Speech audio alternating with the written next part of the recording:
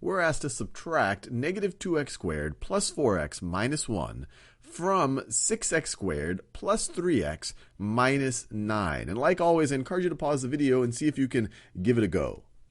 All right, now let's work through this together. So I could rewrite this as 6x squared plus 3x minus 9 minus this expression right over here. So I'll put that in parentheses. Minus negative 2x squared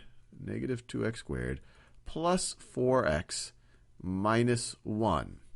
Now what can we do from here? Well, we can distribute this negative sign.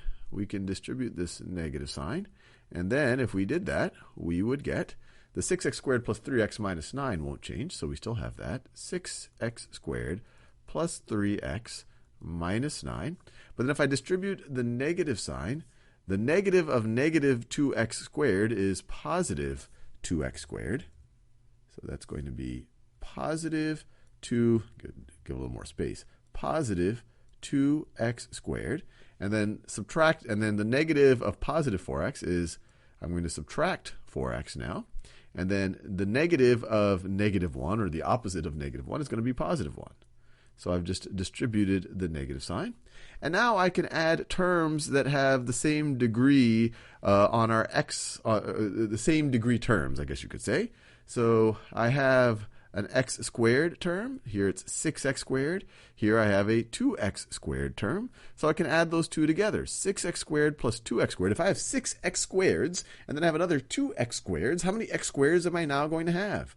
I'm now going to have 8x squareds. 8x squareds. Or 6x squared plus 2x squared, we add the coefficients, the 6 and the 2, to get 8. 8x squared. Then we can add the x terms. You could view these as the first degree terms. 3x, we have 3x, and then we have minus 4x. So 3x minus 4x, if I have 3 of something and I take away 4 of them, I'm now going to have negative 1 of that thing. So, or you could say that the coefficients, 3 minus 4 would be negative 1. So I now have negative 1x. I could write it as negative 1x, but I might as well just write it as negative x. That's the same thing as negative 1x.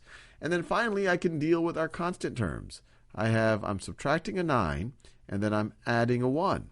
So you could say, well, what's negative 9 plus 1? Well, that's going to be negative 8. That's going to be negative 8. And we are all done.